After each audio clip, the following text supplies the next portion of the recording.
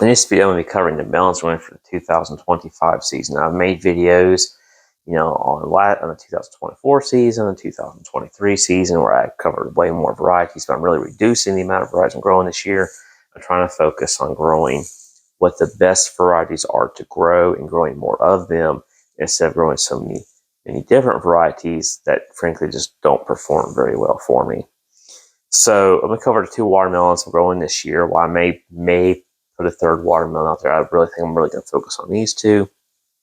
And first one is a seeded watermelon, and that is the Sangria watermelon, maybe 20 to 25 pounds, oblong, green striped standard watermelon, deep red on the inside.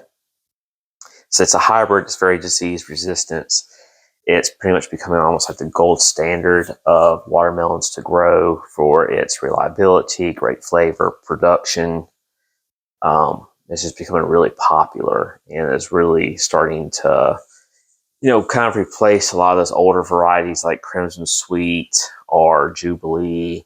And of course, there's so many different, heirloom varieties out there that, maybe just don't perform very well because they're so disease prone, and cucumber beetles and other things spreading the disease and killing the plants. So Sangria, seeded watermelon, first year growing it, and if it does do well, I'll probably make a video of it at some point during the growing season this year, covering the plant.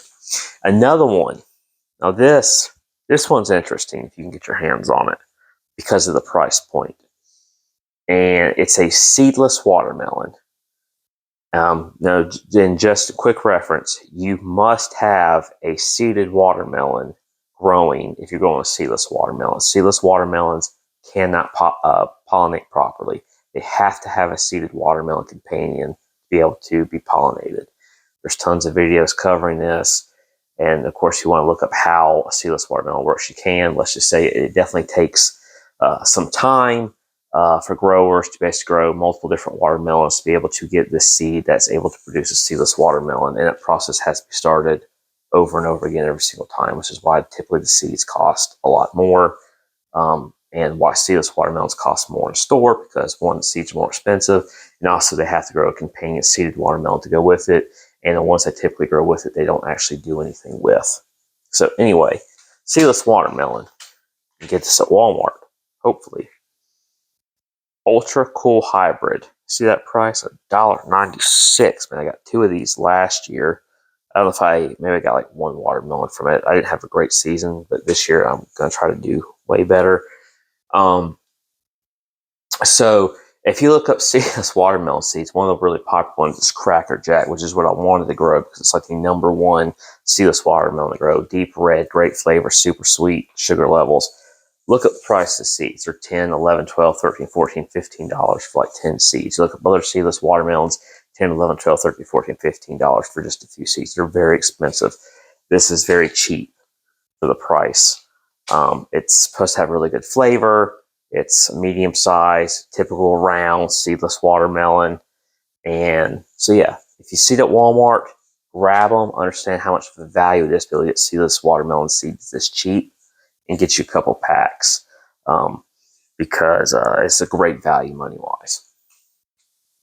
All right, cantaloupes or muskmelons, whatever you want to call them. Technically, what we grow in America we call cantaloupes aren't actually cantaloupes. They are muskmelons, but nonetheless we call them cantaloupes. I'm not doing any honeydews this year, probably, because every time I grow honeydews, I'm disappointed. It's the one thing I cannot grow for some reason. They just do not grow well, which now makes more sense. But honeydews cost more in a grocery store than cantaloupes. They're more difficult to grow.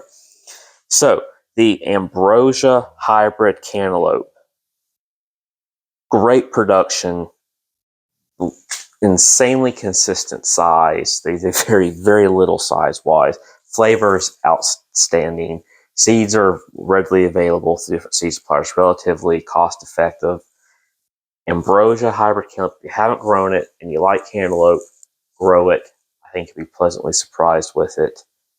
It's just a great cantaloupe to grow. I mean, I've covered it many times. I've got a whole video I've made about the Ambrosia cantaloupe. Just if you like cantaloupe, just grow it. Okay, Golden Jenny. Now this is the only one out of all these you can save the seeds from. This is an open pollinated variety. They're small. I call them like personal size melons. They have a unique shape to them. I've got a whole video covering the Golden Jenny cantaloupe. Flavor's really good. They actually are fairly reliable. They are a more small, compact plant. They produce fairly well. I mean, I don't know much more to say about them. Just grow them. But what I will say is cantaloupes definitely produce better than watermelons do. There's a reason why watermelons cost more than the store than cantaloupes do. If you really like cantaloupe, either one of these plants, you could easily succession plant. You could do, I don't know, 3 weeks later, do another planting. If you had enough space, you really wanted to do this. 3 weeks later, do another planting. 3 weeks later, do another planting through the growing season. Literally have cantaloupes throughout the entire, for a very long window. Anyway, but that's all there is for my melons this year. Like I said, I'm really focusing on what I know works for sure, and then trying to grow other things I think will work, and focusing less on things that just cause me frustration, disappointment, heartbreak, and trying to just grow more of what works instead of growing this large variety of all these different plants and just having so many hits and misses. So anyway, until next time, I hope y'all have a good day.